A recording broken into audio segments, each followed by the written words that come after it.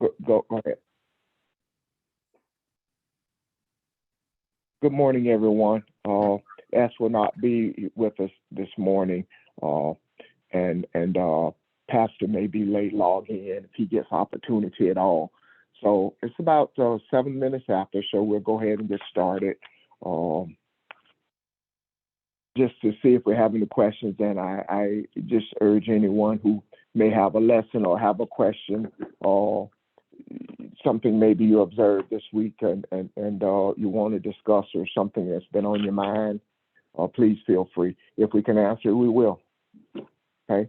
So any questions or observations?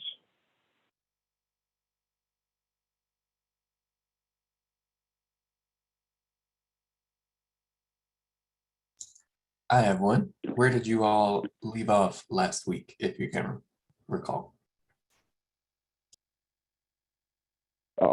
Nick, I am terrible at recaps. But yeah, we were still talking about the 8 cents. Uh, and we talked about it on Monday night as well. And I'm trying to remember something specific that may have been said. But that's where we, just going from there. And uh, S talked to some about the digging of the wells and that sort of thing, and we talked about the importance of memory. But if anybody else has anything specific that was said there, because I don't, I'm terrible at memorizing uh, and doing recaps, but we were still on the 8 cents, and so anybody can help me with that.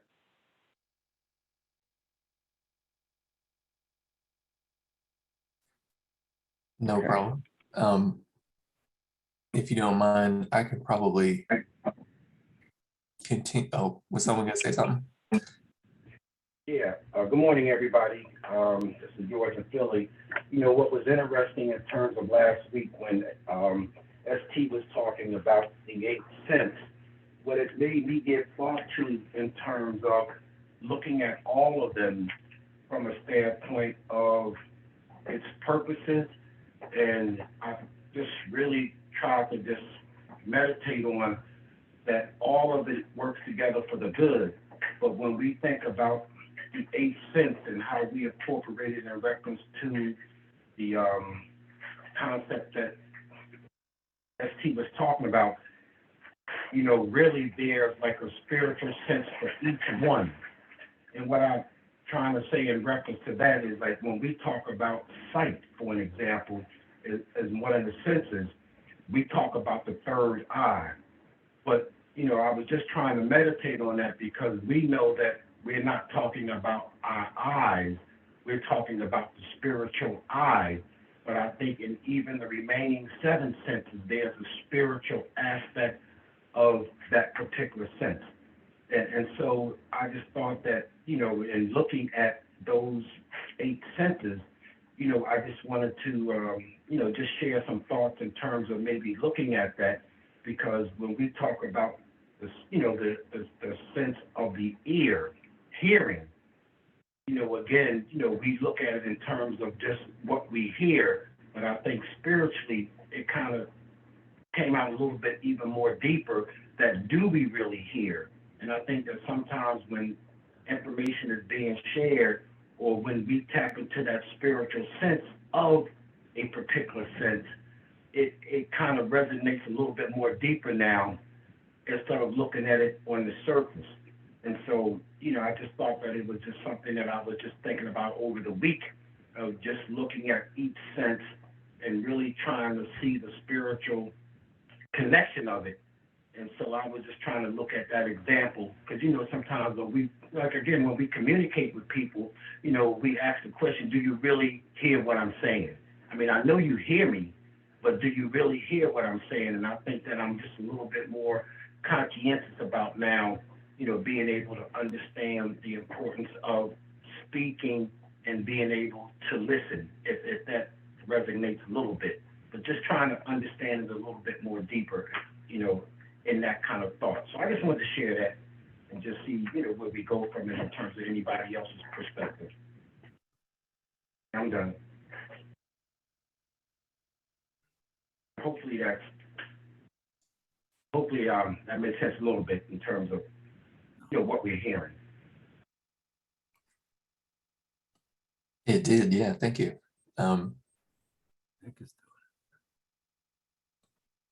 And Go just ahead, Nick. no problem. We've all heard many, many times the phrases, if a man has ears, or if anyone has ears, let them hear. Or if your eye be single, then your whole body will be full of light. And those are two references to the eighth sense in the way that we've been speaking about it, which exists before and behind, so to speak, our outward facing physical senses. And it has much more to do with the impression that you receive onto your intuition and onto your spirit, essentially. And the impression is what is passed to you from, you could say, the higher realms of being, your own, the aspects of your own self in your own spirit that exist within other realms that extend and impress themselves down into this physical experience.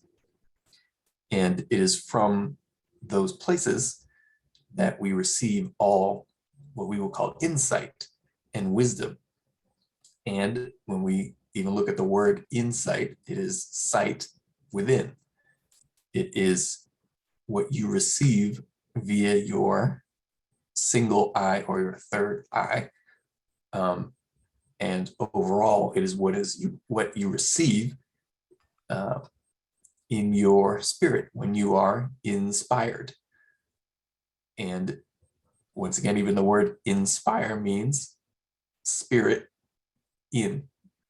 inspire. It's the impression that your own identity receives when you connect to a let's say a beam of light, so to speak, coming from another aspect of your own spirit and coming from the creator or another realm of this experience of reality.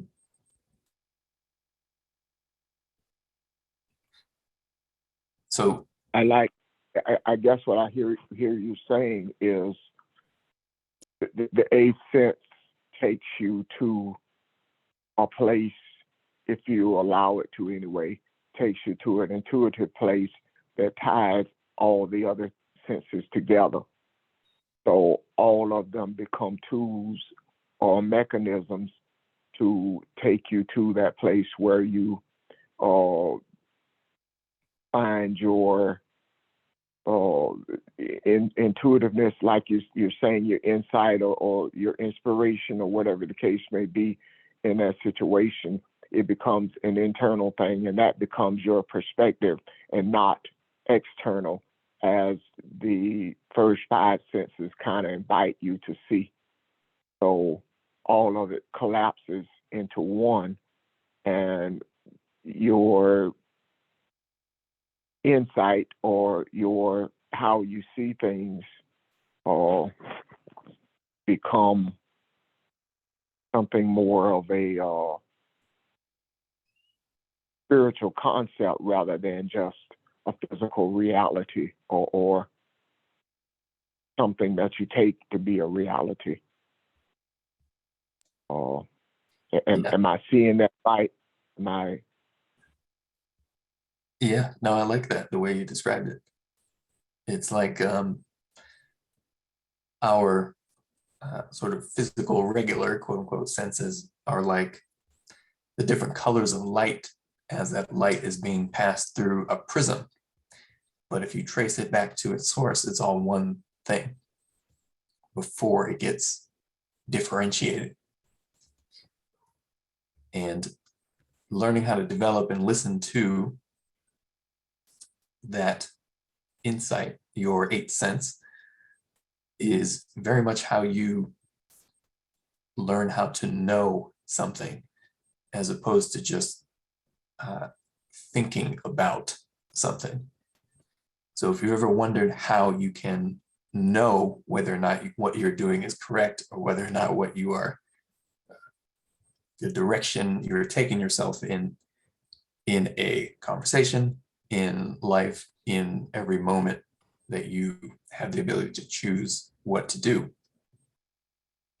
the way you know that that is the correct direction or the correct action is by paying attention to that intuitive impression that your spirit receives whenever you are aware of it, and when you observe and pay attention to that insight that you are always receiving.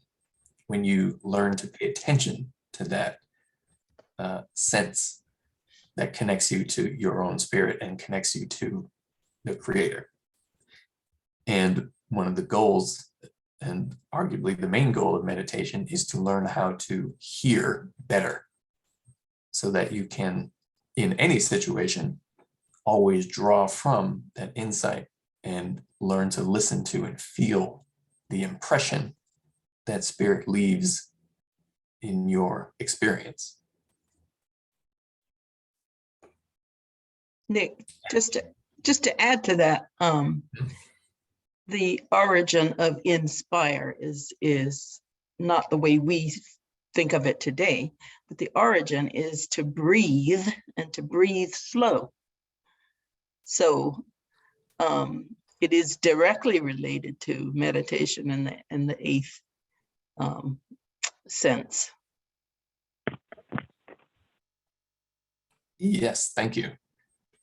And that's why a lot of ancient words for spirit relate to breath, or relate to the movement of the air. Because physically speaking, in your own body, our bodies are themselves physical manifestations of spiritual concepts and spiritual reality. And in our own body, the point of interface between spirit and this sort of dense physical stuff is sort of manifested and represented by air, and by our ability to breathe air. So when we breathe air, that's quite literally a physical representation of us drawing in spirit or light, and being given life as a result of that. And so that same process of drawing in spirit, or drawing in light and creating a space for it, is what happens when we learn to listen to that eighth sense, of that intuitive impression that is always present, that spirit is always trying to connect to us with. It's like we're learning to breathe on a whole new level, but the process is itself very similar.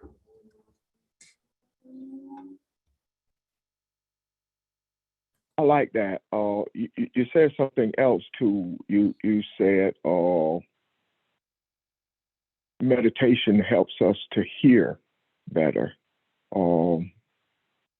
I was just thinking that there's a membrane in the ear that we talk about that brings us equilibrium. If you that equilibrium helps you to stay balanced. So meditation takes you to a place of balance, and all of it is goes back to in being inspired, or learning how to breathe, to make room to draw in light,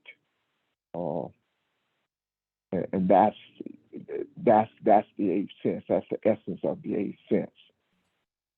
Tie, if you will, memory into that with the meditation and being inspired. Sure.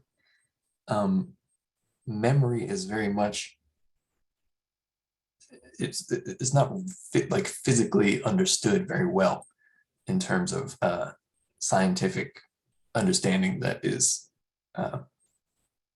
materially or physically based.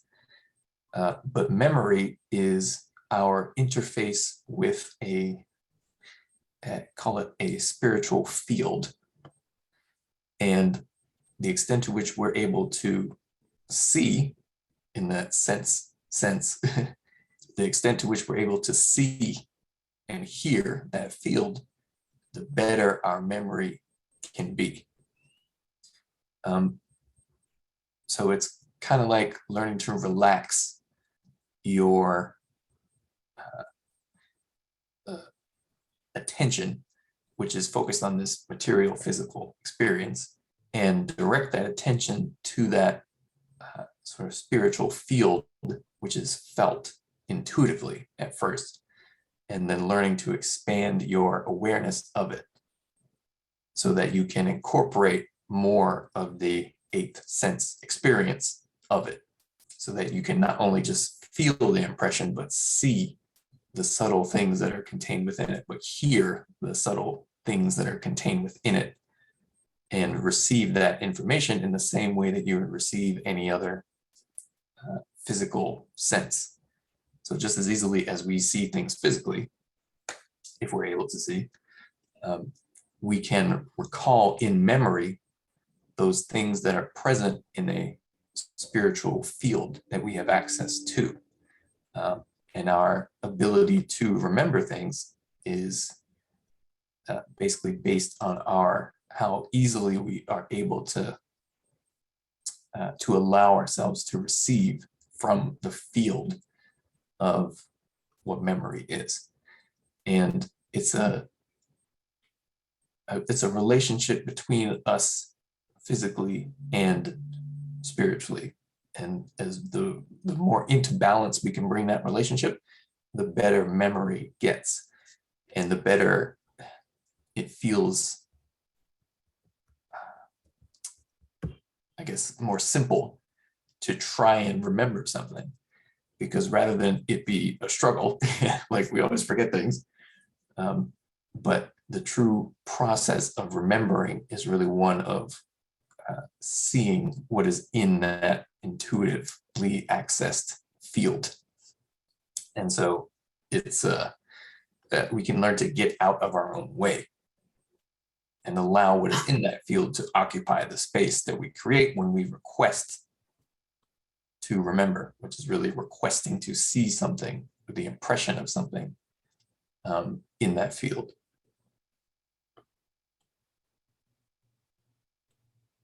So Nick, this I'm sorry. Go ahead, Bob. I'm sorry. this is Monique, and I just wanted to add something to what Nick was saying.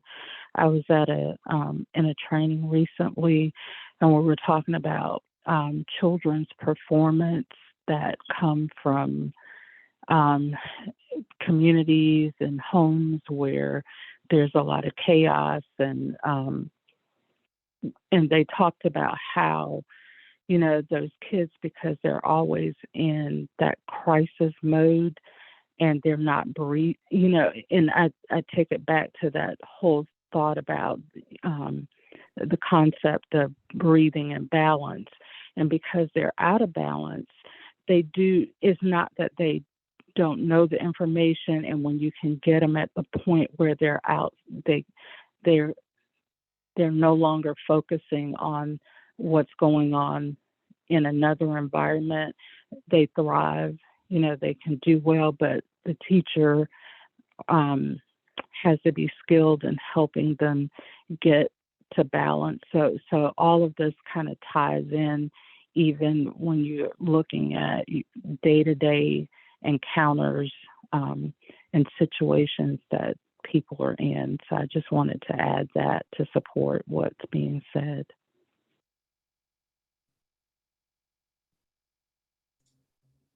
Yeah, thank you. Thank you, Monique.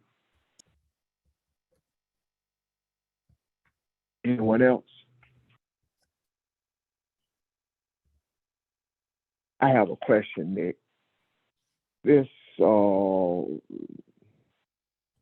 spiritual field, can that be shared? or do we move to a place where it becomes universal for everyone seeking or moving their energy in the same direction?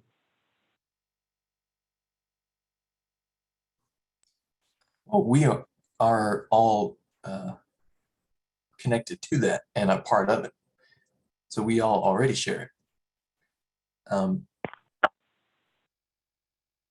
But when we individually learn how to become more aware of it, it appears that our sort of thoughts and feelings and memories begin to intertwine and become shared together, because we're moving back to the same place.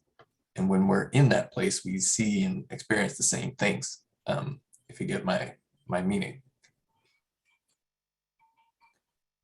But we can all access it, and because we're a part of it, we all already share it. Yeah. Okay. Because it just tied into what S was talking about using each other's energy, tapping into each other's energy. It just I think you're just saying it in a different way, and I like that because it just helps me see it and connect in a different way, and even down to what Monique just said. Most of what we Though a teacher being skillful kind of same means thing. that It's like a Rubik's cube or crystal or something, turning it and the reflection. It's all there. Yeah. You just need to find, each of us needs to find an expression. Oh, what happened to me? Oh yeah, we can hear you. Ron, do you want to keep going? Sorry. That's okay. Yeah, no, I was just commenting on, tying it into how S has been explaining it, and even what Monique is saying. The skill of the teacher comes down to her desire to tap into and to become one with the student, to help that student bring balance. So, which was going to kind of lead me to my next question is if we have a desire to share this, if we have a desire to teach this or expand it in any way, how do we go about it? How do we, I don't think it's a coincidence, anything that we are learning.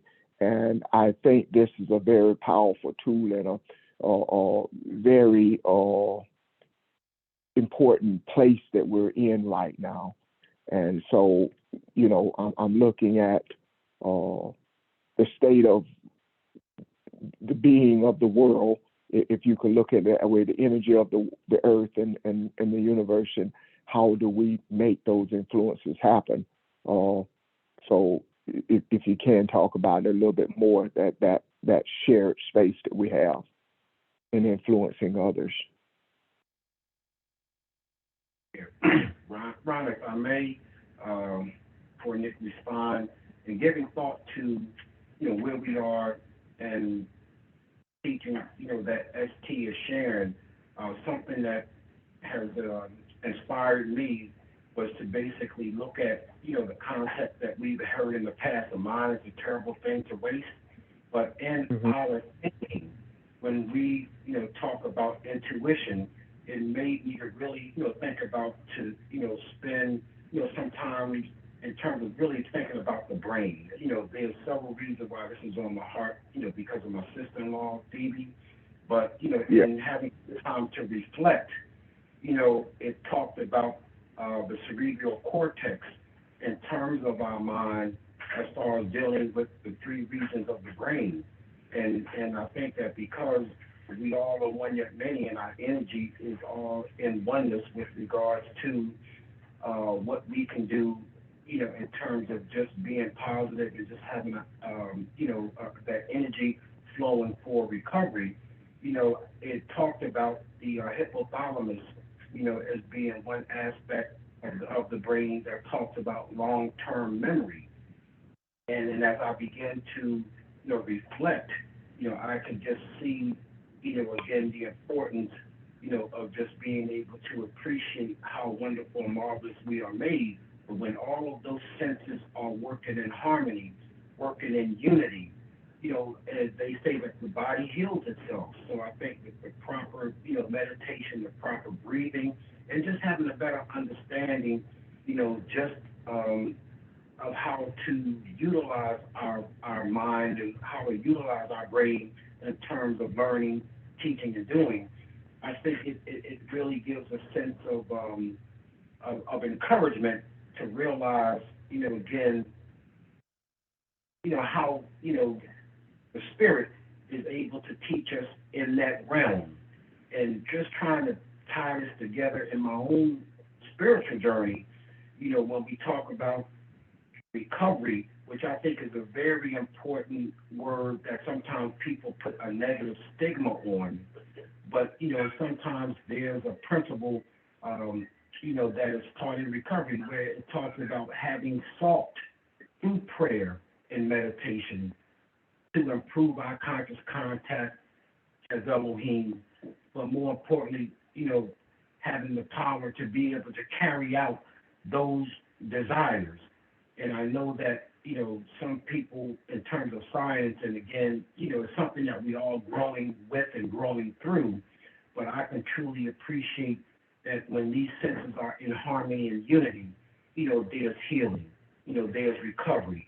And so, as you mentioned, Ron, I think for some reason, the Creator is having us to spend some time to truly appreciate the eighth sense in terms of tuition, but really having that desire spiritually to seek out to that which we desire to know and that which we desire to see manifest. So I just wanted to share those thoughts before, again, maybe Nick was going to respond. And I think that just being able to understand the three regions of the brain in terms of the reptilian, the limbic, and the cerebral cortex, that brought some comfort to me in terms of just my prayers and meditation, not just for Phoebe, but for all of those who are in need of, recovery. I'm done, Brian. I know I said a lot.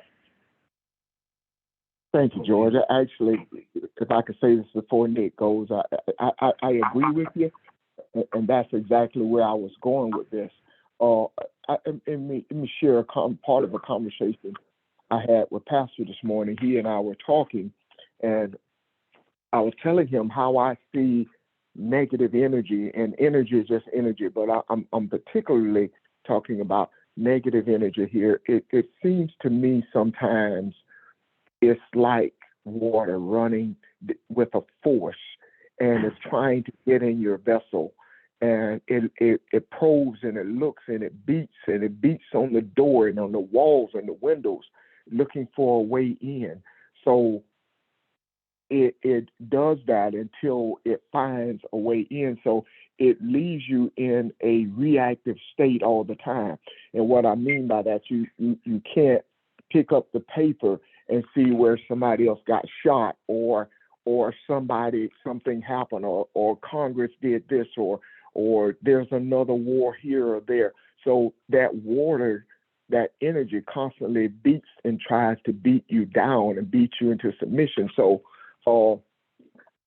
I look at that, and even with sicknesses and illnesses, because I'm lumping all this energy together. What I see in when S introduced memory, and I'm listening at Nick talk about it now, this spiritual field that we all have, I think it's one that Ron developed, that Nick developed, that Audrey developed, that Monique developed, that George developed, but I think it's also universal. And when we get to the place where we can share that, we can we see that the energy is us and we are the energy, and there has to be a way of being proactive with the water. As George was saying, and I'm just saying it in a different way, there has to be a way of being proactive with that energy and having a desire for it to operate in a certain way, and seeing it as both seeing the feminine and the physical, the feminine and the masculine qualities of it. And I know energy doesn't have those qualities, but I'll tell you what I mean by that. Right now, as we sit here and listen, as we sit here and try to learn and we probe and we study, we look at things from a spiritual perspective, because we're trying to gain understanding. And in gaining understanding and in this, seeing what we want to do to bring about healing, to bring about forgiveness, to bring about these things that we talked about so much, it becomes more masculine, because we are in a giving kind of move place, or a putting out a seed kind of thing. So I'm looking at this, and I don't think I'm that far off base, although I might be slightly. But this spiritual field, this memory thing, to me is extremely powerful, and that's why I want to understand it. Because as you mentioned, Ms. Phoebe, as you mentioned some of the things that we talk about all the time, there is a solution, and I don't think we are helpless as we seem sometimes, and we get beat down and we feel the hope kind of expire out of us. There is a solution, and I think we are there. We just don't quite see it yet. So that's my desire to understand this field and how we could use it more effectively, because what we're talking about here is energy. And so somebody else, if that made sense, and I'm just kind of coupling that with what George said. And so Nick or anyone else, if you have any insight, please feel free. Yes.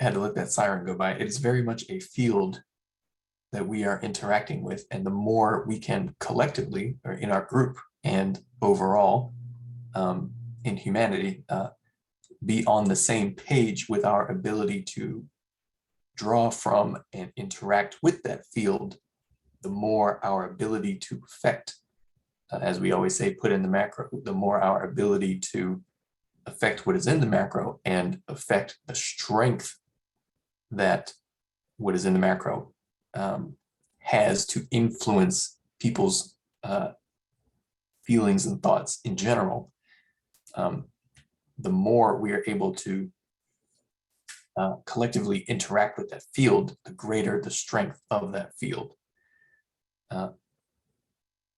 And as far as the impact that all these negative things has on us, it's perfectly natural to be affected by these things. But as my dad would like to say, it's spiritually speaking, we have to learn how to do judo with those feelings and energies, etc., that we interact with. We can feel however we feel, but the end goal is to learn to redirect the energy that we generate as a result of feeling these things back into our own connection to that field and to each other, since we are all connected to it and we are all a part of it and we all share it. And it just takes the experience of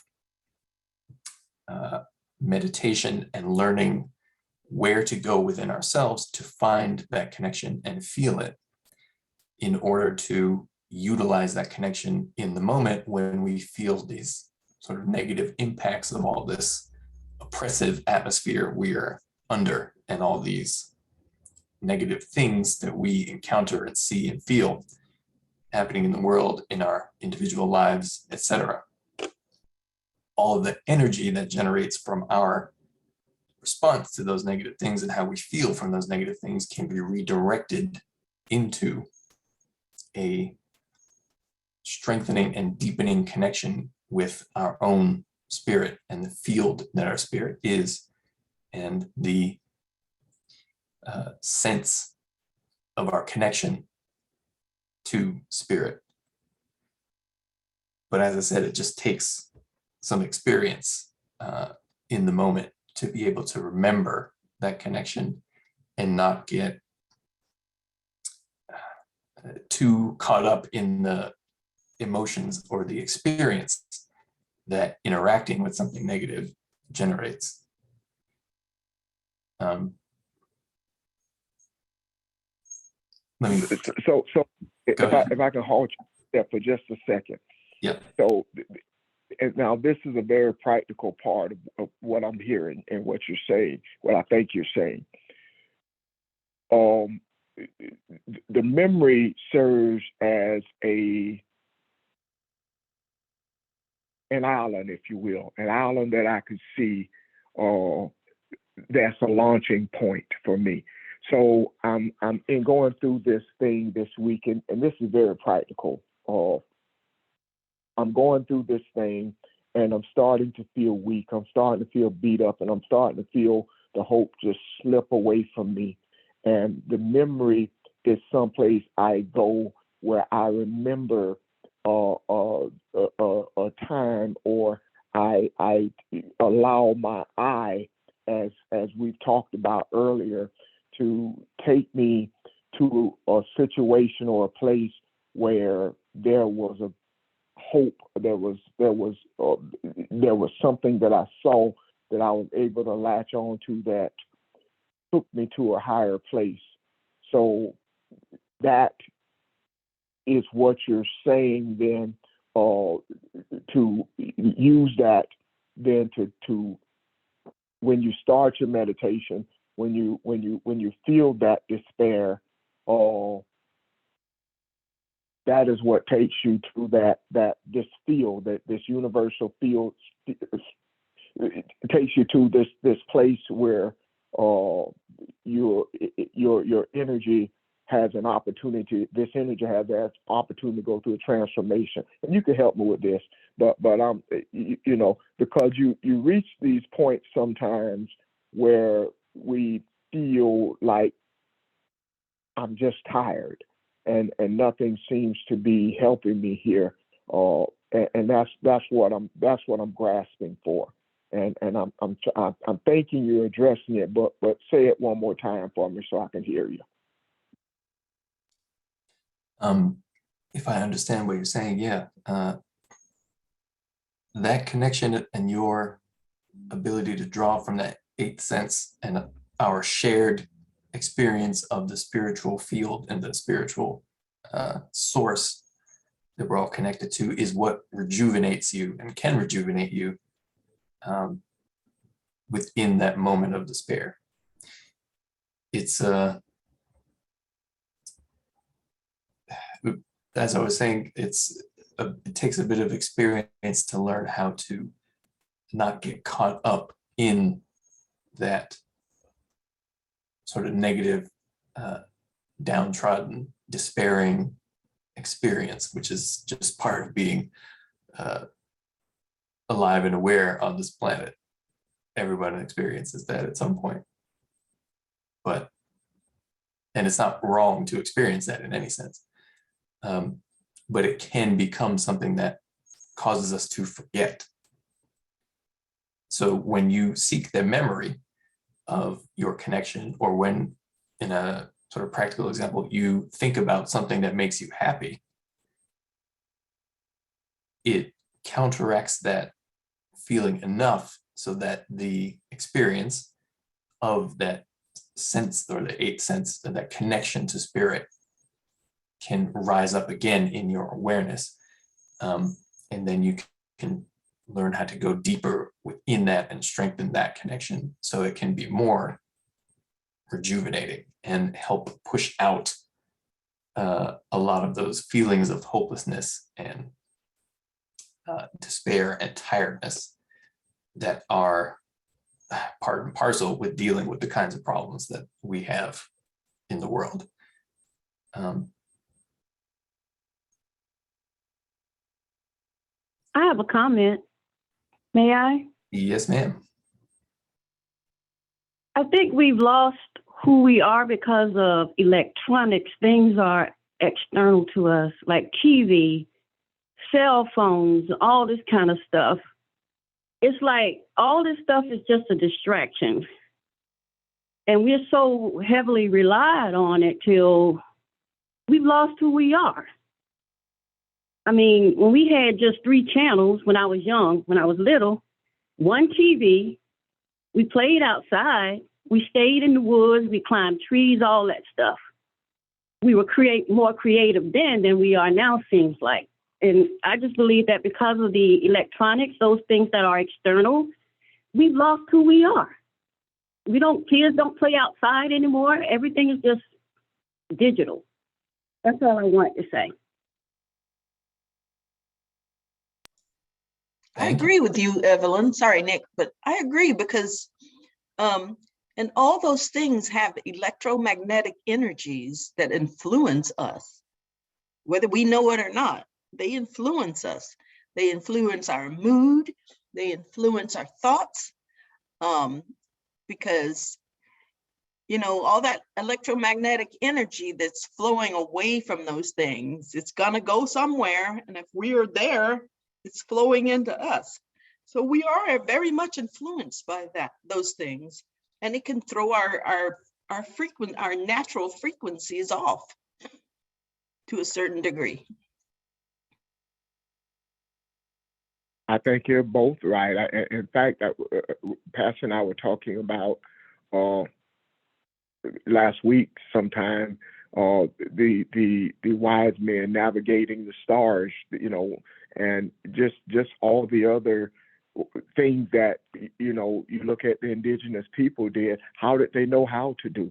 How even the medicine things, and I was reading something about the Inca knowing how to do brain surgery and stuff. How did these people know that?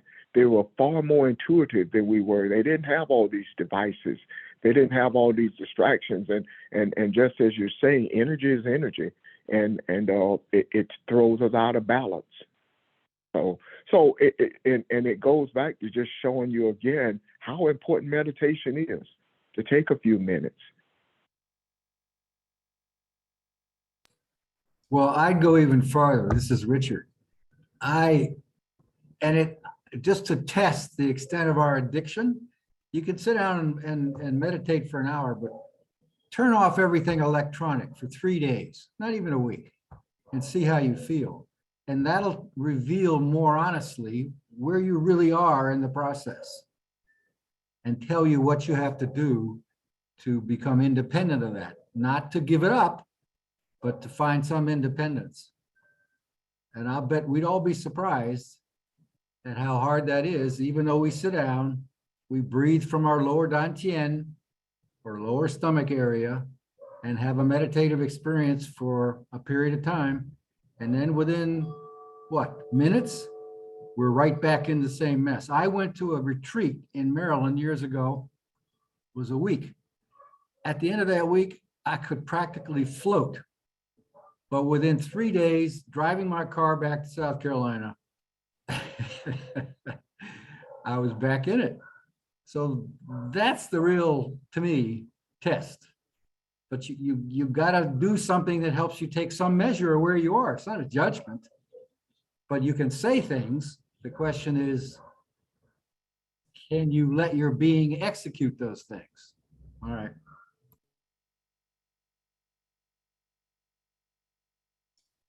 I agree with all of that. Yes. It is very much an addiction, and it is very much a distraction if we let it be one. And without so many distractions, it is more easy to naturally and intuitively feel your connection to spirit. It is easier to draw from your 8th sense and all of your true spiritual senses.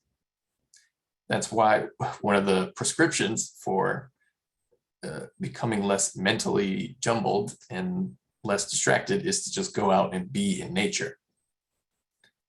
Because when you are present in the natural world, your natural connection to spirit is easier to access. It is easier to see how the patterns in nature reflect the spiritual patterns that produce them. It's easier to be grounded, more emotionally and mentally stable.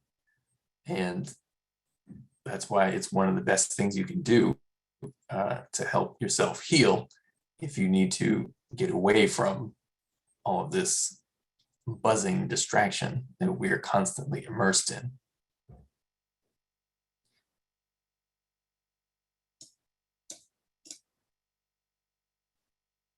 And that's not to say that any of these things are bad, but they are very easily used as distractions, which I do, which we all do all the time. But it doesn't change the fact that even in the midst of all this noise, we have the ability to remember. It just is easier when there's less noise trying to take us away from our ability to remember and recall and connect to our eighth sense and the sort of spiritual impressions that we receive all the time.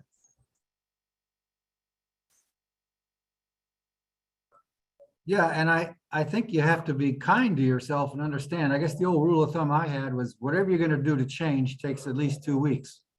Whether you're changing your diet, whether you're starting to exercise, same with meditation. So it takes a while for your body to get what you're doing and go with it. So try to disconnect for a period of time. I'm not going to suggest 2 weeks, but that would be wonderful. And I'm having to deal with the fact, and Audrey tells me all the time, you're right. If I know everything that's happening in the Ukraine, what am I doing to help? I'm just driving myself a little nuts. So I need to step back and go somewhere where it's quiet.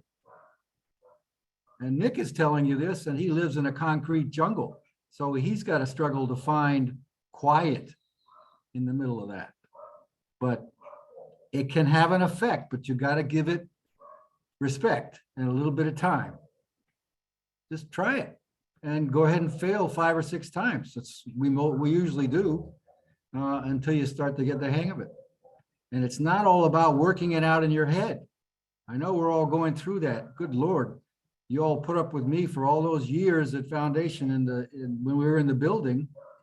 But I'm just tired of all the talk. Because if I get my head logically saying it all, I need that to be what? To permeate my being, my essence. So the Buddhist saying is pretty good. Sit down, be quiet, do nothing. But you can't do that one day and think you're on to something. You got to give yourself time. And I think that's the trick. Anyway. Good luck to us all. Thank you. Yeah, I agree. And that's why, in particular, Buddhism or Zen Buddhism is a good antithesis to the noise of Western thought. It's very much like in literature, the foil. It's the opposite that catalyzes the true purpose of the journey. It's the thing that balances out the distracted analysis that we're all sort of immersed within. Yeah, and I think that I don't know what it is, the sexy part, the danger, the attractiveness, because of the way we've grown up. We're all looking for that, I think, and I listen to all of us. And Lord knows, I wanted to have the best expression of whatever up to a period of time. And now I don't. I don't want the words bore me. they don't get me anywhere, because it's got to happen, so to speak, lower in my being than that, or more centered. But I've listened to us, and it's not a criticism, but we're like a Rubik's cube. When the cube is the essence, and we just keep turning it in different directions, looking at it a different way. And that's the seductiveness of this. That's what Zen comes in and says, all right, you want to ask questions? Go ahead. And when you've asked the millionth question, then maybe you'll be open to connect with what's there. May I ask what we're talking about? I just got on. Hello. Yes, sir. Overall, we're talking about how to access and remember our connection via our eighth sense to spirit, and how we can learn to remember that in the midst of all this distraction, including material distraction, electronic distraction, the influence of negative events that causes despair and hopelessness, and how learning how to remember our connection to spirit can rejuvenate us when we are in the midst of an experience of that. And we're talking about an example wherein you can return to a natural environment and help rid yourself of the sort of mental clutter and internal distraction that prevents us from being able to more easily draw from our connection to spirit. And overall, speaking about how to strengthen our connection via our eighth sense and all of our spiritual senses to the spiritual field that we all share and all are a part of, that we can draw from and influence. And when we learn to influence it more strongly, it affects what we put in the macro, and the strength of the influence that what is in the macro has over people's thought in general.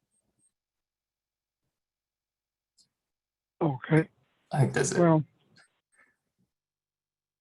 in regards to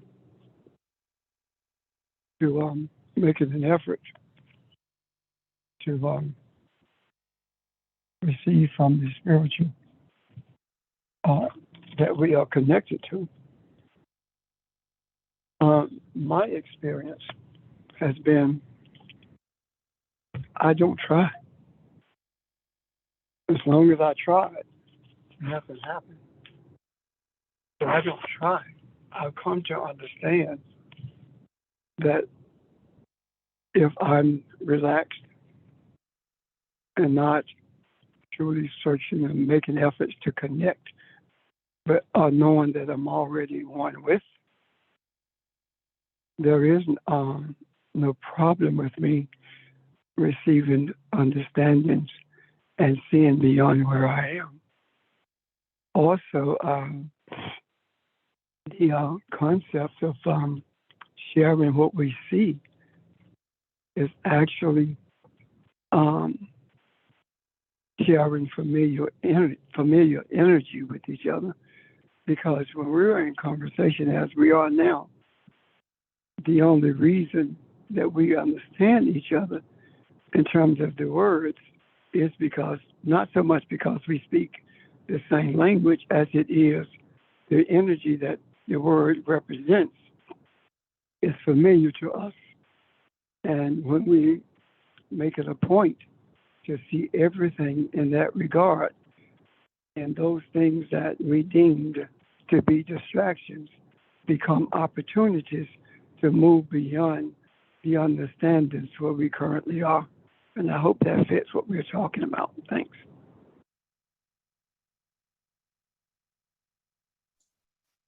Good morning, y'all. This is Kathy. I have a question that someone had just asked me, and I think it's a great question. So I wanted to go back and ask you. So when we talk about the eighth sense and memory, when we have what we call deja vu moments, is that us remembering something that has really happened to us before? And should we pay more attention to that? Or because, and is that a part of the eighth sense?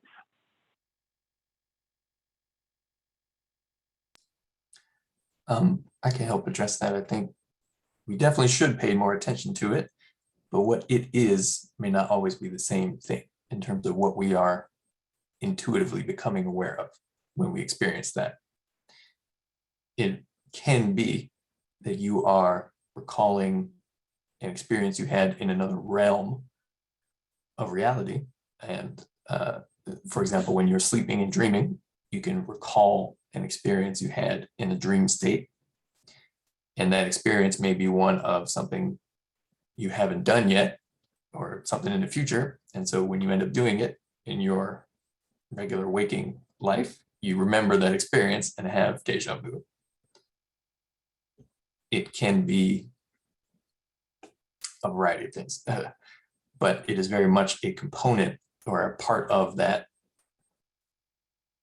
spectrum of sense that we have access to, that we put under the general eighth sense name. And the more we're able to capture those experiences when we have them and observe them, the better we will be able to be, the better we can identify exactly what it is we are drawing from. And it just takes practice in the moment. But generally speaking, I would say a deja vu is a memory of something you have already done.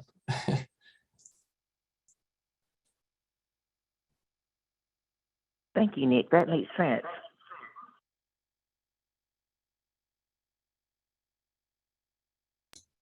So when we, Nick, oh, go ahead. I'm sorry. Well, I was going to say, I like what Richard said earlier as far as us try disconnecting from electronics or, something that's external.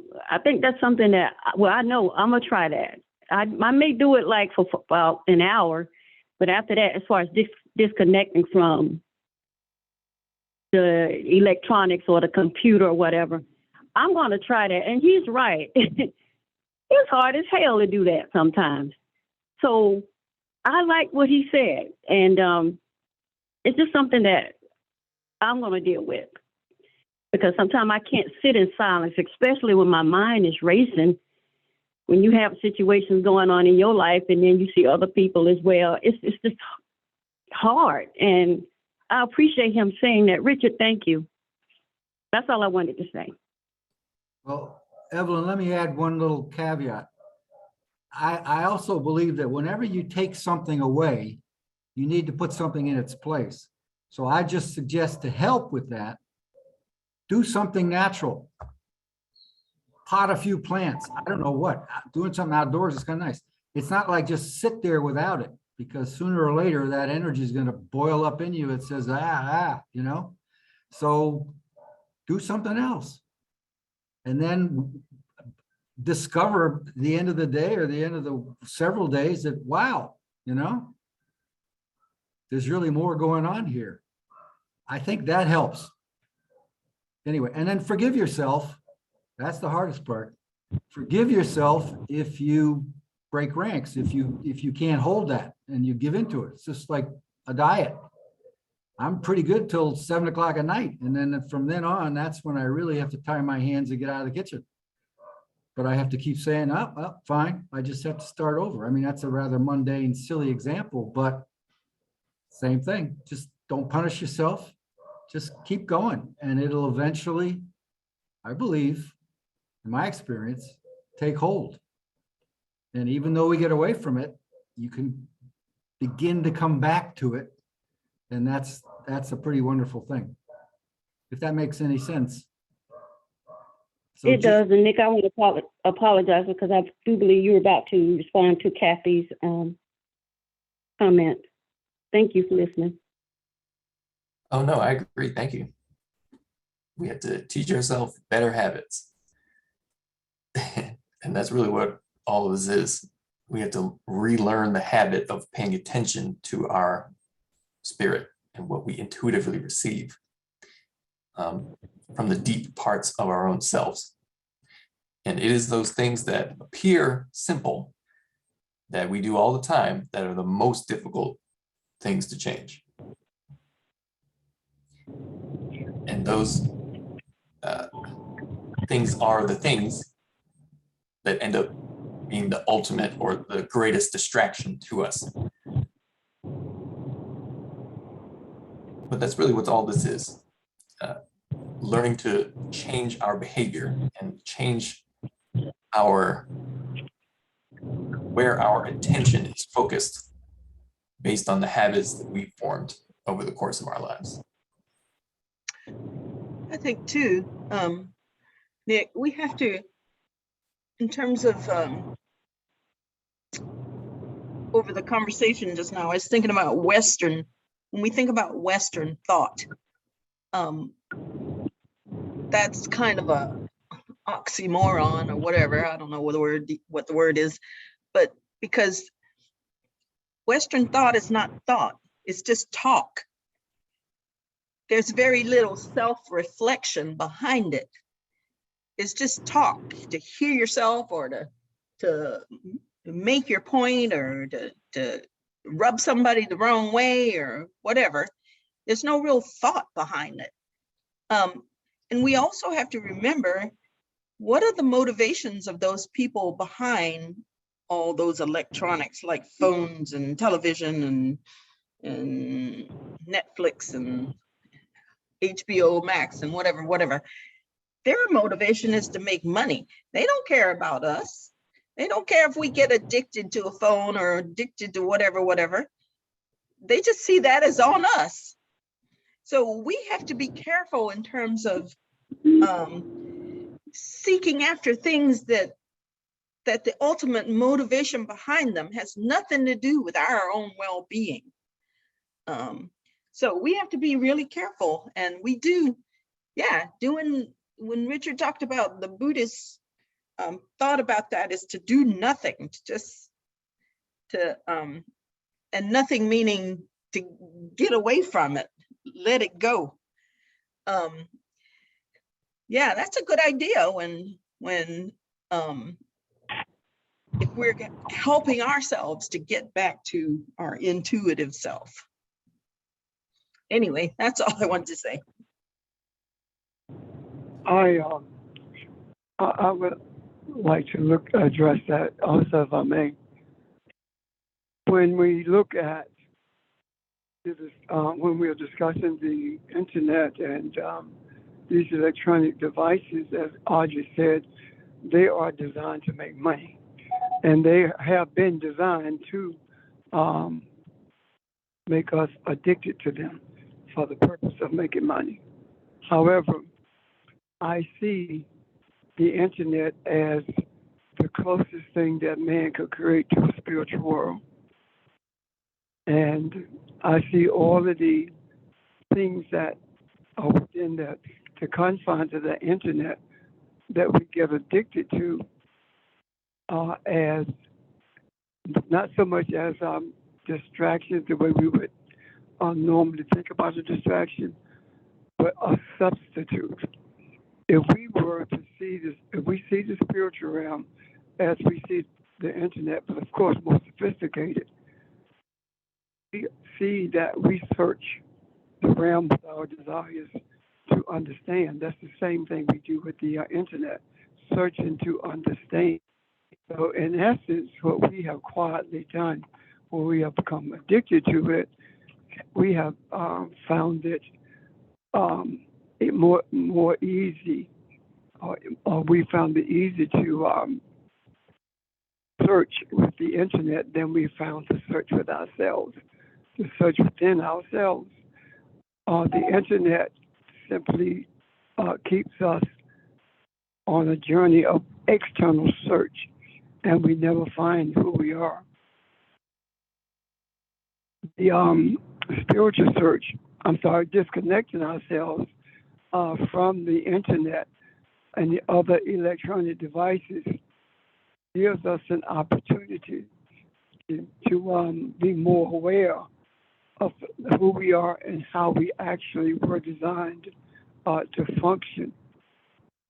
While the information, whether it be TikTok or whatever, on the internet, while it can be good sometimes for us to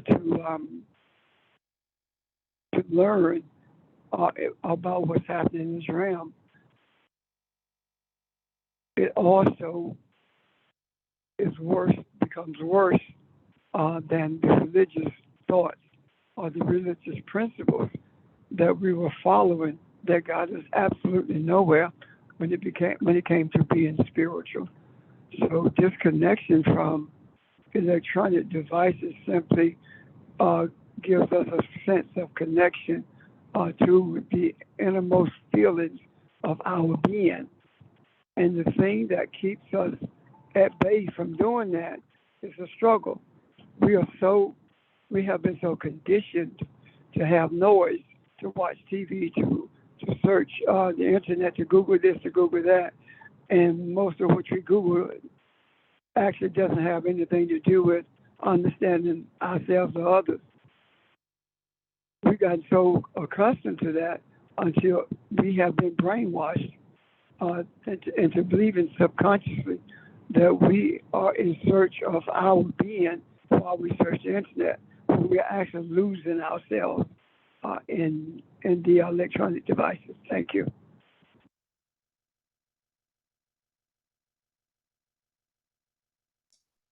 Thank you, sir. Mom, when you were talking about quote unquote Western thought, which really means European thought, of course, being more, what it is more outwardly projected analytical description that's based on the common thought patterns that come more easily to European peoples. And those aren't a bad thing inherently, no, but they just produce a different kind of confusion, and one that sort of dominates the world currently, because that is the culture that is dominant. But it is without thought, in the sense that it is without the ability to truly interface with and to know and to draw from and to be rejuvenated by what is, period. And it is a constant sort of dance around using descriptive sort of intellectual language, what is. So rather than the ability to know what is, the characteristic of European thought is that it is always an attempt to describe what is. And so in that sense, it always stays on the outside. It never connects with and fulfills the purpose of description because it does not know how. And in remembering the eighth sense in the way that we've been speaking about it, and learning how to meditate and quiet that part of self that is constantly thinking, you draw back into your experience the thing that does the interfacing and the knowing, what is. And there is a whole internal realm within that that can be explored. But as we've been saying, that distraction has to be dealt with, and you have to learn how to get around it and leave it alone before it becomes intuitive.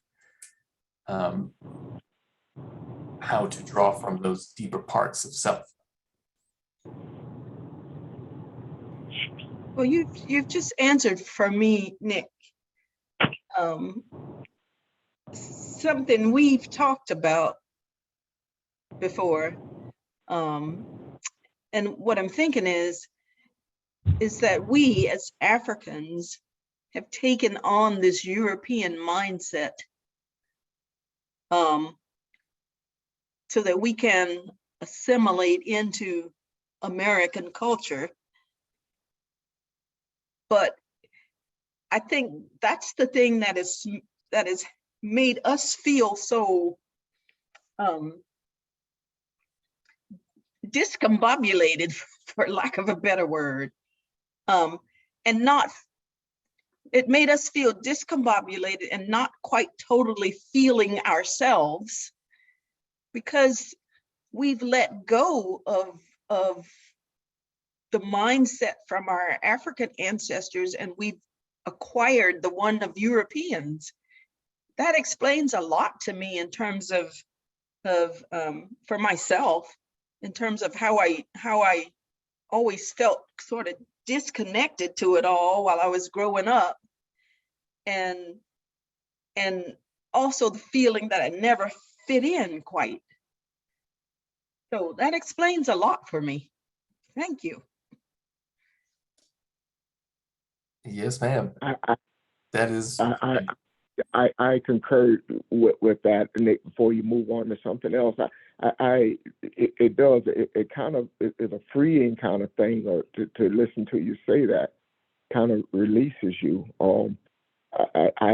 I don't know how many times I thought or said, I knew I said this to my sister a couple of weeks ago when I was home. I don't feel like I belong here. I never kind of feel like I connect to anything. And I think that is just been answered. So I agree with that. That's very liberating to me to hear you say that and to understand it. Thank you. I thank you both. You can go ahead. I think your audio is very low, though. Okay, I just wanted to, can you hear me now? That's better. Yeah, speaking of reference to AI or artificial intelligence versus natural intelligence, with technology, we can see how that can be something that can be useful, but we also can see how it can be detrimental.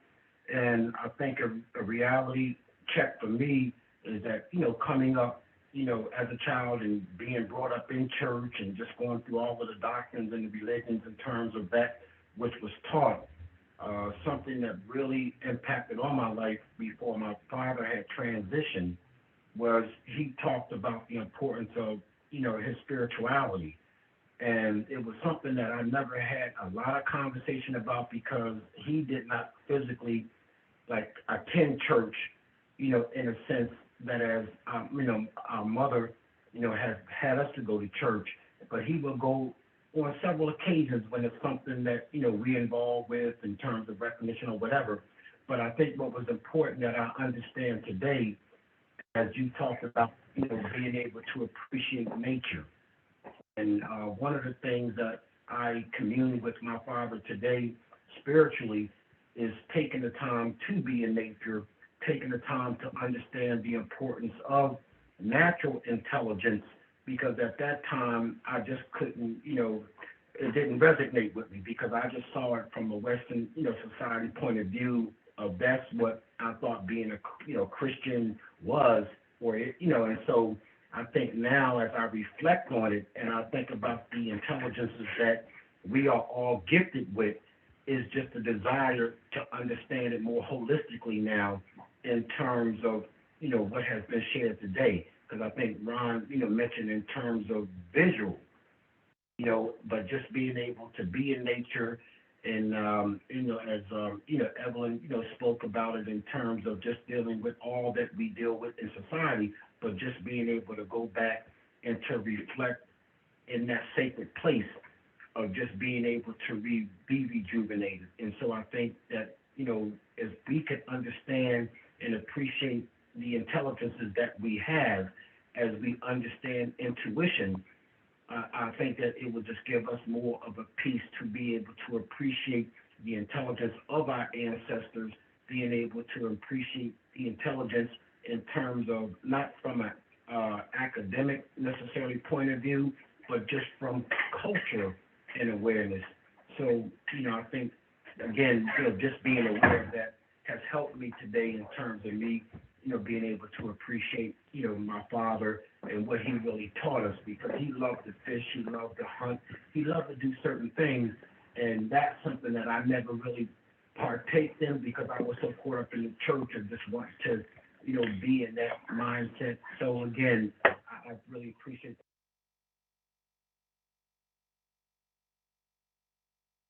I'm done. I just wanted to share those. Yeah, thank you. I, Oh, go ahead. I think we've always engaged in artificial intelligence even before there was the internet, even before algorithms were written. I believe that the intelligence that we have leaned upon all these years is artificial. Anything that did not come from the originator of everything that is artificial. And the things that we call thought that has guided us down this pathway of darkness is artificial intelligence. The intellect that is being used to confuse people, keep them in bondage, or to make them think that certain people have their best interests at heart is artificial intelligence. It's more than some electronic beats on a computer screen, or it's more than zeros and ones. It's also the mindset, the nature of religion, government, everything that exists, and the deliverance from artificial intelligence is not just deliverance from electronic devices. It's also deliverance from the artificial intelligence that's in books, the artificial intelligence that's in conversations with people who have no clue of what reality actually is. Right now, when we think about it, tomorrow people are preparing for tomorrow to bring up some artificial intelligence about what's in the scriptures. I'm done.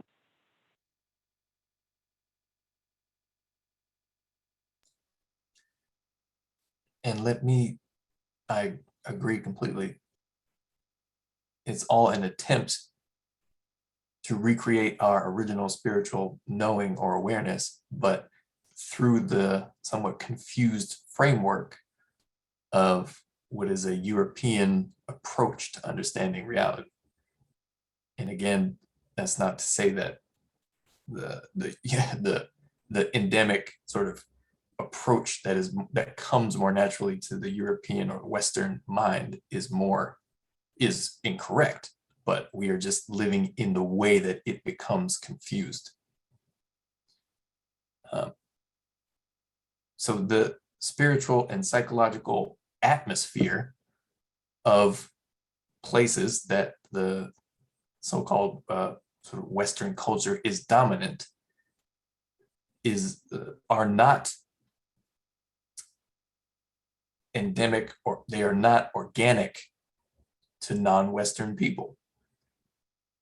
And so it's like you have to walk, it's like swimming upstream just to think when you are in this energy field that is created by this approach, or rather this field of what has become oppression. And hopefully that, I really want to stay on what you were talking about, Mom, because that is very much something that all African people who were brought here by force were maybe originally realized it, but spiritually speaking have forgotten that they are also dealing with. It is the metaphysical and spiritual atmosphere is not their own. you're breathing a different atmosphere, like in the movie Avatar with the tall blue people. You're being forced to breathe a different atmosphere in the way that I mean it. This. And so we can't quite get our breath. No, you can't. This is not how, dare I say, human beings are meant to live. This is how a very select few people have manipulated and imposed their ego onto humanity and attempted to force us to live. And that goes for other white people here too.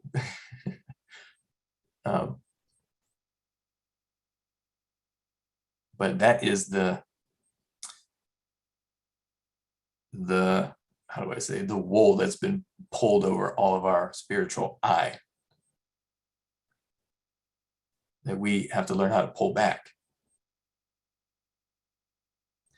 And the truth is, it's not any different from the regular.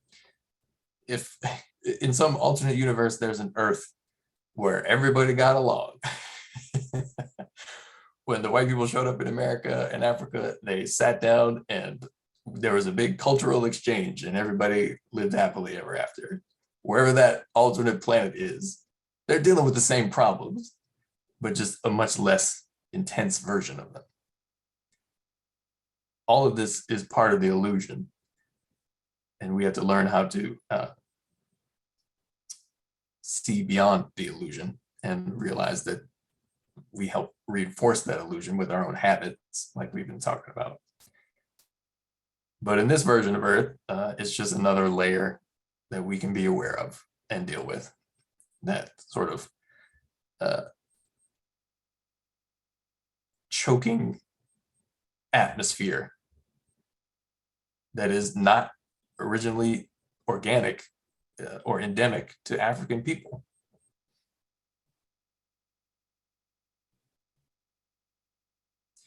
And part of the extreme reaction we see from sort of Europeans who have aligned themselves with this oppressive mindset, whether or not they realize it or not, but part of the extreme reaction we've seen from them is because their air supply is getting cut off. They are being forced to learn how to breathe a different atmosphere, in the metaphorical sense that I mean it.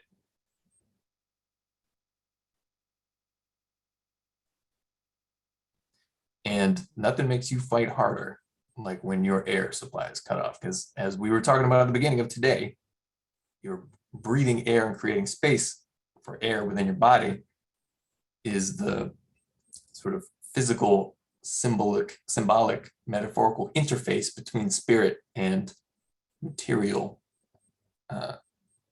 matter, the material substance.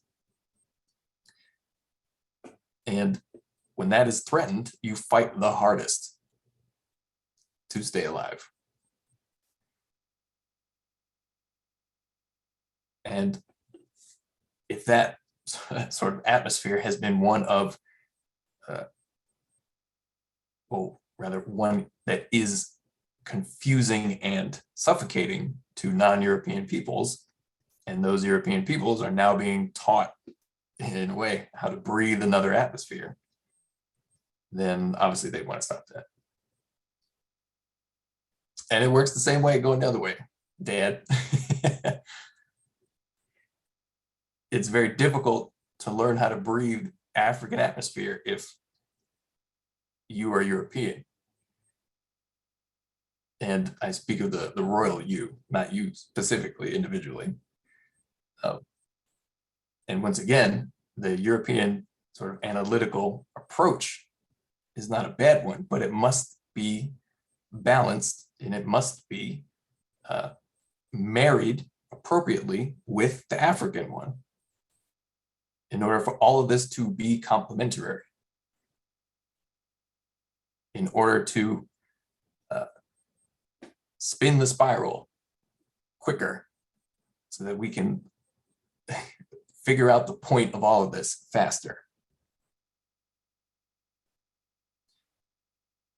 And that's why the European and the African are the sort of symbolically speaking two ends of the spectrum spiritually. And none of this is going to be complete until those two ends of the spectrum learn how to meet in the middle. Hence, the African presence in America, brought by force, because that's just the way things played out in this version of Earth. Whatever, however it plays out, those are the cards we're dealt, and we can play the game regardless, and so we do.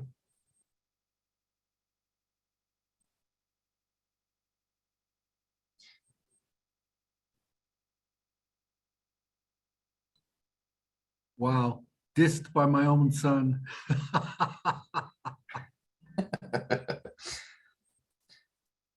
think about it like held up a mirror to the instinct to analyze and overthink things, because that's all it is. And like I said, the idea that sort of European approach to understanding reality is inherently wrong is incorrect,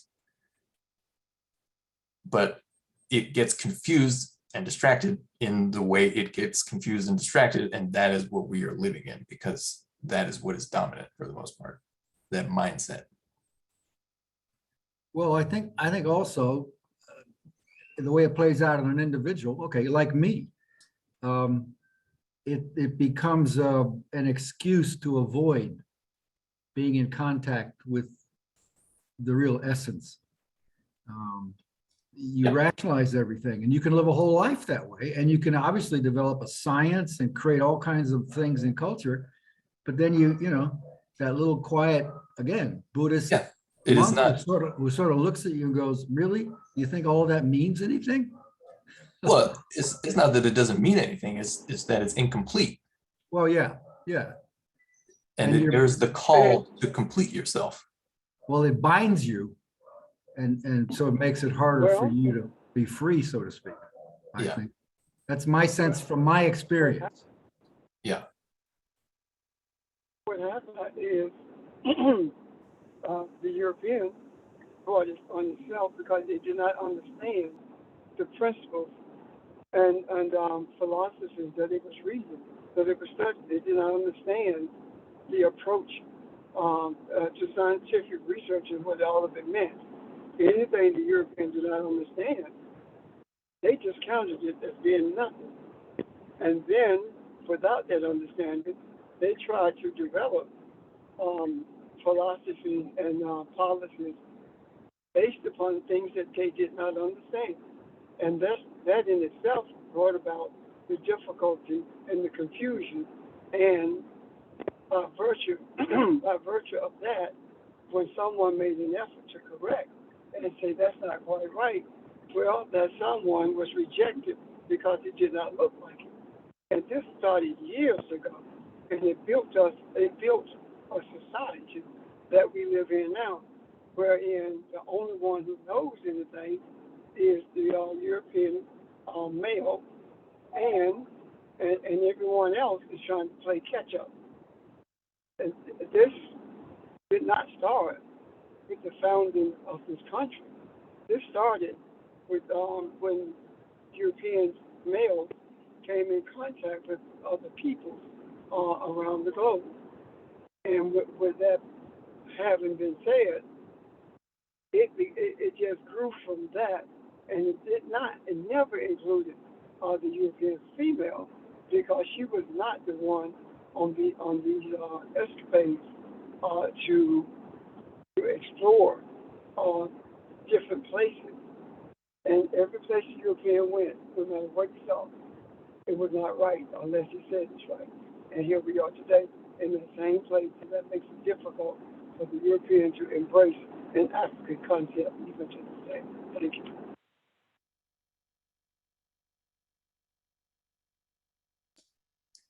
Thank you, sir. Yep.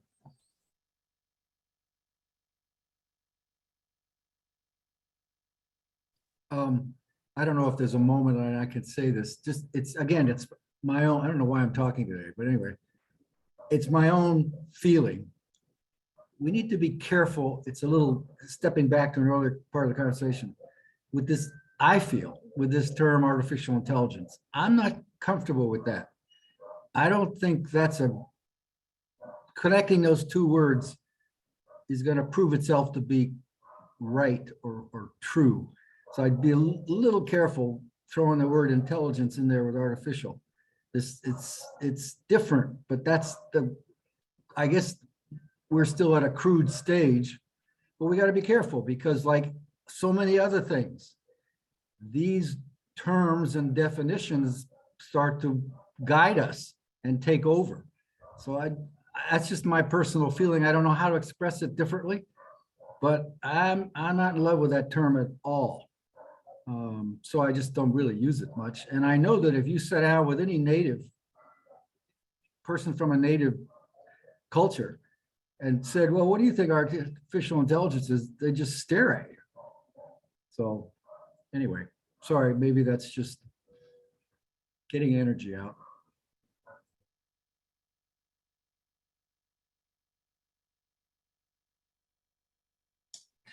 Well, what that mindset that we are speaking about, the sort of oppressive, analytically confused one that dominates much of quote unquote Western thought, is trying to do is create an artificial intelligence. And I mean that literally in the sense of computers and using digital technology. And in that confusion, what it is trying to do is essentially recreate its own image of itself. And I don't actually want to get into that much, but it's basically just another. They don't remember how to know God or know the creator. So they attempt to recreate one in their own image. And that whole process is just another extension of that confusion.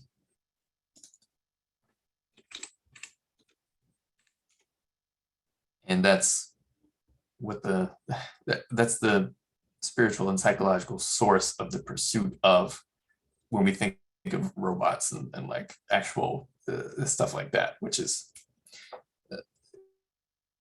and what we're speaking about, but it is related to that confusion. Nick, when you think that this whole concept of artificial intelligence is an effort to develop an 8th sense without even knowing it. Right. And just like you were saying, the internet is pretty much the closest thing we've come to physically recreating spiritual connection and information flow. That artificial intelligence is that same thing. Yes. Yeah. So, it is. Go ahead. I'm sorry. Go ahead. Well, I was just going to finish with it's the attempt to materialize and force into material experience those things that are meant to be spiritual because of their inability to interface with what is spiritual. Now then. I have a question then. So does the internet have anything to do with the commandment that says thou should not make any graven image or something like that? Or is it just, was that scripture, or was that utterance only talking about religious paraphernalia, so to speak, or religious things? like the communion table. The internet is religious paraphernalia. It is. But go ahead. What do you do when we were in church, especially, and even now, we want to get some understanding. We meditate to get it from the Creator, right? When you want to get some understanding of His Word, you Google it. The principles are the same, but the deification of it comes based upon your attitude towards it. If your attitude towards it is to get understanding that will bring you a greater enlightenment in regards to your Creator and who you are, that's one thing. But if your desire is to learn from it because you see it as all-knowing and you began to reverence it, not necessarily praying to it, but you see it as the only source of true information and understanding, then that's a problem. Does that make sense? Yes, and I see what I see, but I can't say what I see, if that makes sense. Because I know if you're saying it's a graven image like a communion table, no, I don't know, because the communion table is treated like it came from God. The internet is treated like it came from man. Does that make sense? Yes. Yes. Thank you. I might drop the call. I'm not sure. I think we worship far more things outside of the church than we do inside, or just as bad. So when you talk about religion and you talk about worshiping and all those things, it's those there are a lot of things you can think of that fit into that description. Whether it's talking about your some of the attitudes of how people see Donald Trump is a dangerous religious type of worship, or how you think of ideology and those kind of things are not something tangible that you can put your finger on, but it takes you to a dangerous level of in your thinking, and so when you think when based on Evelyn's question, we automatically think of things inside of the church, but worship is just anything that you submit to a thing that is higher than you, or something that has a higher value that can bring you what you desire, and that is that can be defined as just about anything as we see in this society we live in. Yeah, I think you're right, Ron. If you've been brought up to worship, which by and large can mean something external, and then you struggle to internalize it, what's to stop you from worshiping other things that catch your attention or that are pushed your way by those energies or forces that want you to be what? Bound in that way? So that's the whole thing, isn't it? I've never heard a Buddhist talk about worship. Never.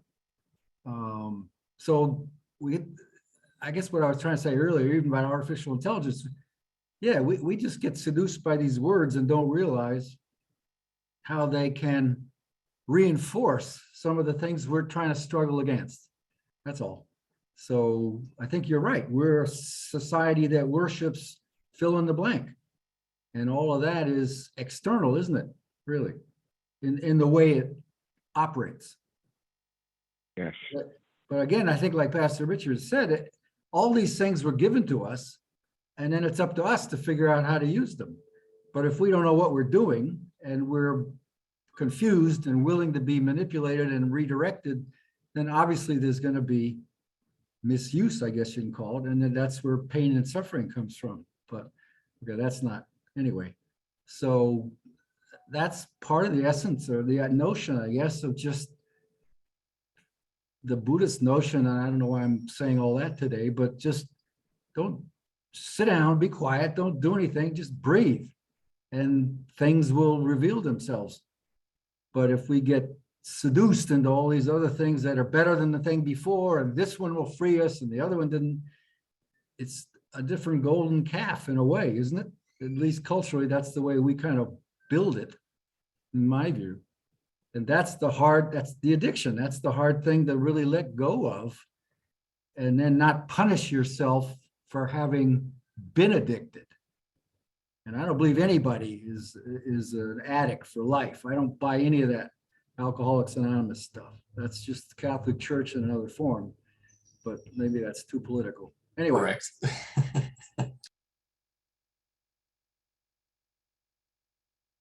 If I can, I like to comment on something else that Nick said that I thought was brought some clarity, at least to me, when you were talking about the earth, and I saw something.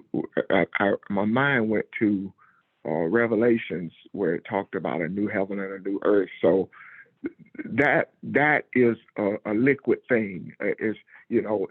We and what I mean, I guess, is we think of that as in concrete form, that this is talking about a literal meaning. But what I hear you saying is, as many times as you need to change your level of consciousness, your level of thinking, you need to embark on a refreshing. You are creating a new earth. You are creating a new heaven. So it is opportunity to go back to beginning as often as needed. And for example, hopefully that process is taking place now. And how often it is needed to be done is from generation to generation, I suppose. It's when and how it is done. And it's not just looking at it from a literal perspective, it gains no insight, or it has no real meaning, or no value to it. But just based on, I guess, what you said, that's what I saw, and I think we're talking about the same thing. At least I hope so.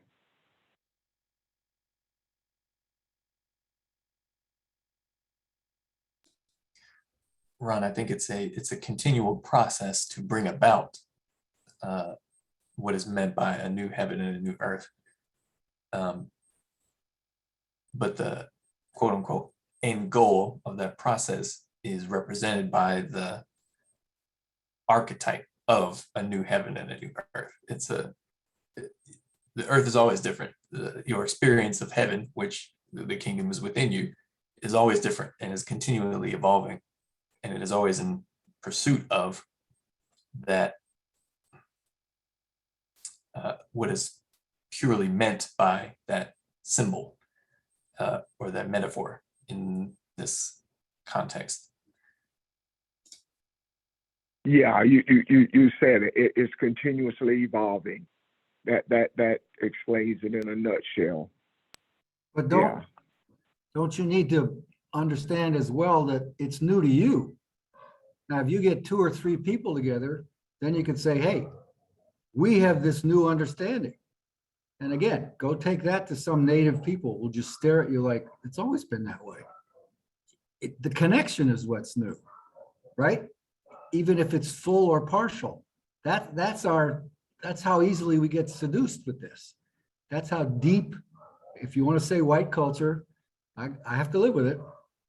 Okay, we're just in your head too much, so to speak. Not in your mind, but you know what I mean?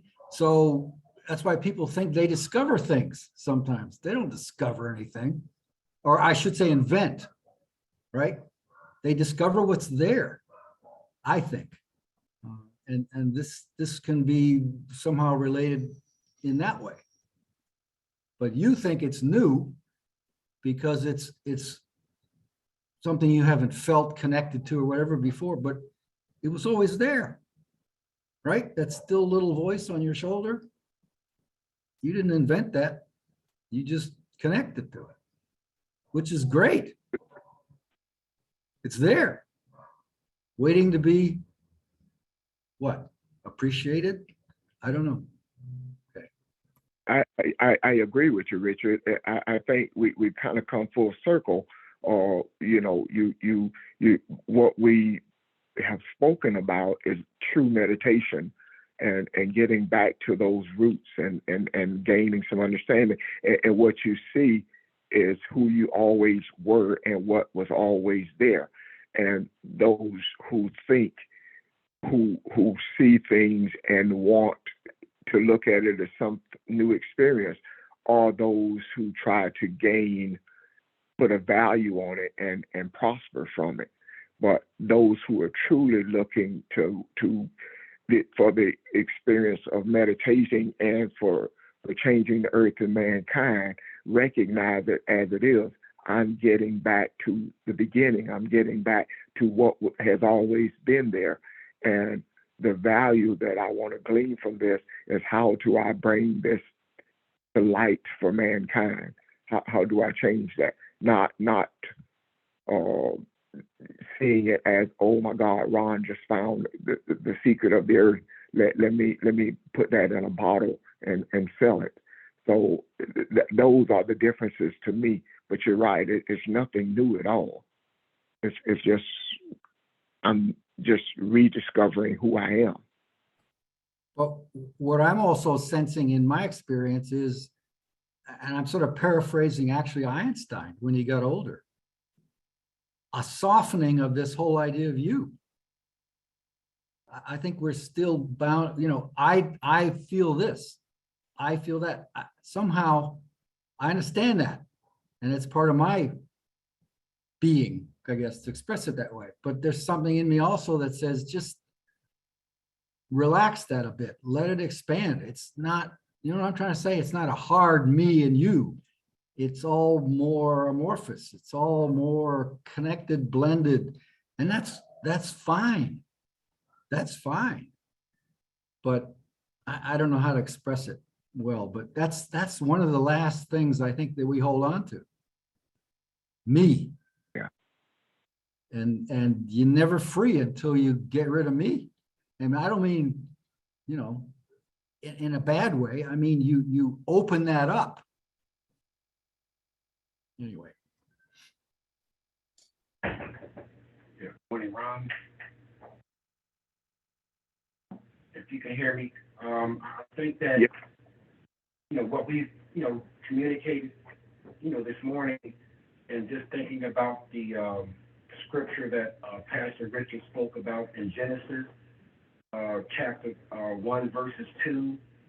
And I'll just read it. And the earth was without form and void, and darkness was upon the face of the deep, and the Spirit of God moved upon the face of the waters. And in particular, I think what we refer to, or what you were speaking about going back to the beginning, is to really look at, and the Spirit of God moved upon the face of the waters. And when we speak about the Spirit of God, we talk about the energy.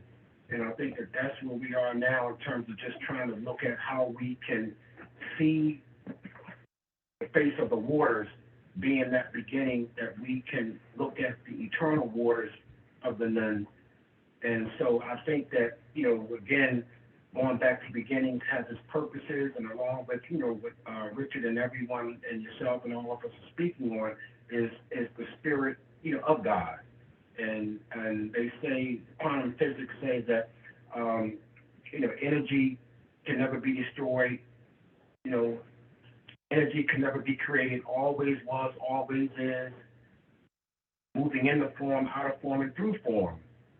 And so I think that when we look at the beginning, or looking at it in terms of the Spirit of God, you know, that's the energy that we, you know, I think are drawn from when we talk about the power of waters.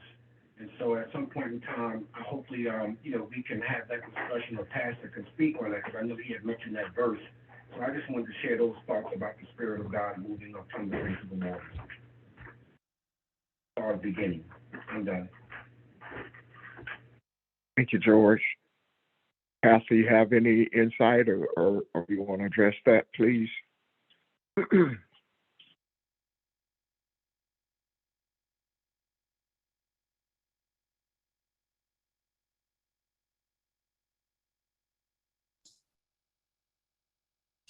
Maybe he's off the phone. I think he was in a car, but Okay. I'll just say this.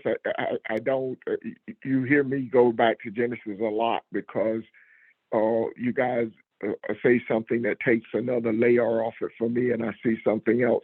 And that's what I love about it is it is a place of discovery for me. And just listening to George a second ago explain that, I see the internalness of it. This day to me has been very enlightening.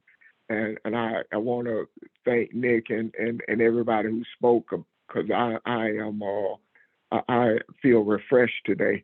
But I'm listening to this and what George said, and I see the Spirit of God referring to me, and the deep water being on the surface of the deep is me, the internal part of me, and that mysterious part that I'm trying to gain through meditation to regain who I am, and to take myself or to another place of consciousness. So I see that now, and I can relate to it in a different place than I did previously.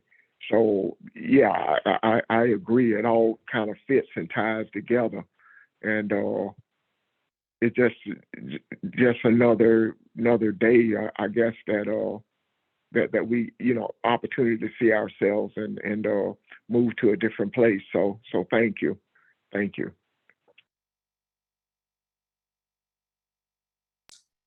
yes, sir. Thank you.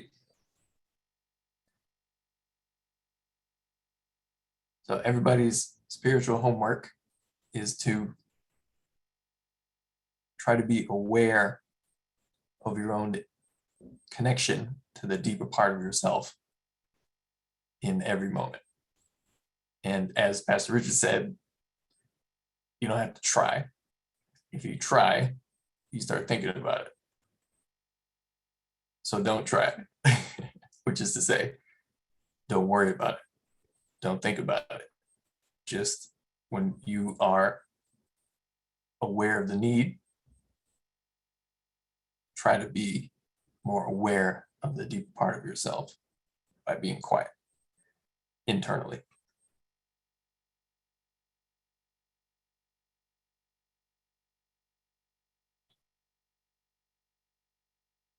Thank you, Nick. Anyone else, thoughts or comments? I have a comment or a question. Well, I want to say on tomorrow, because I know we're at the end today. What you said, Ron, about the new heaven and the new earth just really resonated with me, and I've never seen it that way before, because we know the scripture talks about heaven and earth passing away, and John saw a new heaven and a new earth. And we've been taught that the new heaven was always the place of where Esau would dwell, so to speak. And I'm just saying what religion has taught us at this point. Mm-hmm. And I've always questioned why a new heaven and a new earth. And the way you said it just now, I mean, I can't get past that. I'm stuck right there going, wow. And I'm processing what you said, and I listened to the answer that Nick gave you. And I want to start there tomorrow if you guys are on, Nick, if you're leading tomorrow, because I want to better understand that. It resonates with me, but I've never seen it that way. And I knew that, I guess I'm trying to get out of my religious way of thinking about what we've been taught about heaven and earth. And you just took me to a whole nother way of looking at it, Ron. And I would like a little more information on that tomorrow. Okay, that means I'm gonna have to listen to the tape, figure out what I said, because I have no idea. I just, Well, I you just said felt, it was an internal, the new heaven, and I think Richard yeah, said new to you. And so now when I look at the newness of being new to you and even the new heaven, that the part I'm really going wow on is the whole new concept of what is heaven then. If heaven is something that is going to be new, and if it's the way Richard said it, it's new to me because it's been there all along, but now I am becoming spiritually aware of this connection. Then now I'm like, well, what is the new heaven and the new earth, and what is the purpose? I'm just processing because I really like what was said, and it resonates. I believe it is the truth, but I just want more insight and more understanding. That's all.